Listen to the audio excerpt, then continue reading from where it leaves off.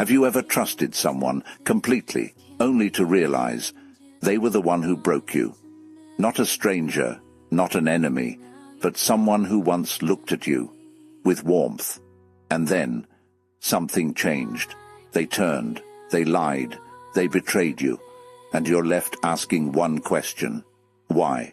Not just why did they do it, but why didn't you see it coming? Most people think betrayal is simple. They were a bad person. They were selfish. They changed. But according to Carl Jung, betrayal is far more disturbing than that, because the real reason people betray you is not just about them. It's about something happening deep beneath the surface, something unconscious, something hidden, something you were part of. Jung believed that every human being carries a shadow, not the shadow you see on the ground, but the one inside you, the parts of yourself you reject, the emotions you hide, the truths you refuse to face, anger, jealousy, insecurity, power. We bury these parts because they don't fit the image we want to present. But here's the truth most people never realize. What you suppress doesn't disappear, it waits. And sometimes it appears in other people. Jung called this projection. You meet someone and they feel perfect, too perfect. You trust them instantly. You open up too quickly. You feel like you've known them forever, but what you're really seeing is not them. It's you, your desires, your ideals, your missing pieces, projected onto another human being. And this is where betrayal begins. Because the moment you stop seeing people clearly, you start trusting illusions. You didn't miss the signs. You ignored them. Not because you're weak, but because part of you needed that illusion to be real. You needed them to be loyal, to be safe, to be different. So your mind edited reality. Red flags became misunderstandings. Distance became, they're just busy. Coldness became, they're going through something. You weren't blind. You were protecting a version of reality. That made you feel secure. Here's the part that's hard to accept. Betrayal doesn't create truth. It reveals it. That moment they lied. That moment they chose someone else. That moment they broke your trust. That wasn't the beginning. It was the exposure of something that had always been there, hidden, quiet, unseen. Now let's go deeper. Why do people betray at all? According to Jung, people betray when they are disconnected from their own shadow. When they don't understand their own darkness, they act it out unconsciously. They seek validation. They chase power. They escape discomfort. Not because they're evil, but because they are unaware, and unaware people are dangerous, not intentionally, but inevitably. Here's where it becomes uncomfortable, because if betrayal has a pattern, then you have to ask yourself, why do I keep encountering it? Not blaming yourself, but understanding your role. Do you overtrust too quickly? Do you ignore intuition? Do you try to save people? Do you see potential instead of reality? These patterns quietly invite betrayal, not because you deserve it, but because you are unconsciously participating in it. Before every betrayal, there is a moment, a feeling, a hesitation. Something didn't sit right, but you brushed it off. Why? Because intuition speaks softly, and desire speaks loudly. So you chose what felt good over what felt true, and that small moment becomes the difference between awareness and regret. Most people stay stuck in betrayal. They replay it, they relive it, they let it define them. But Carl Jung believed something different.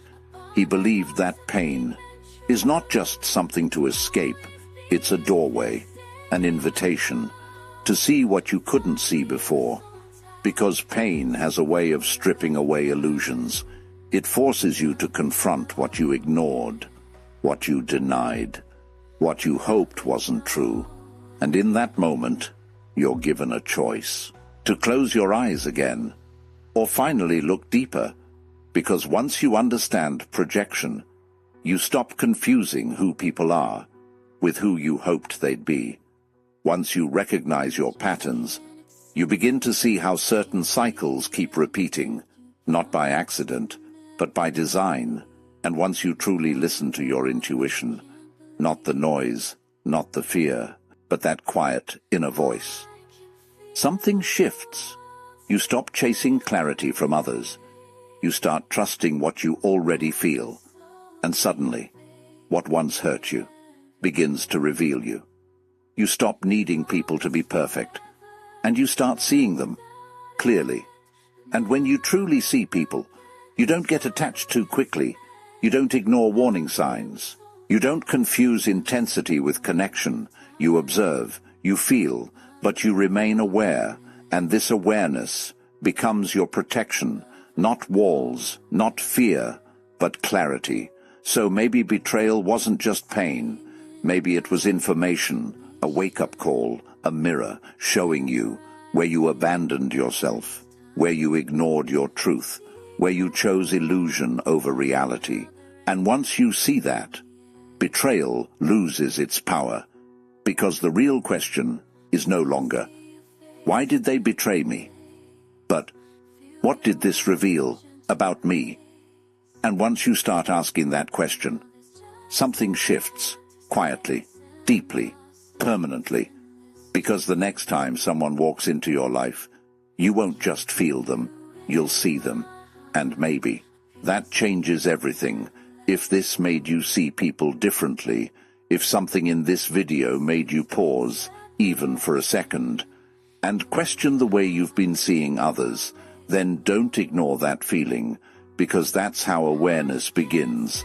Not loudly, not all at once, but quietly, with a shift in perception. So if you're ready to understand people on a deeper level, beyond words, beyond behavior, beyond surface emotions, subscribe. Because here, we don't just talk about what people do.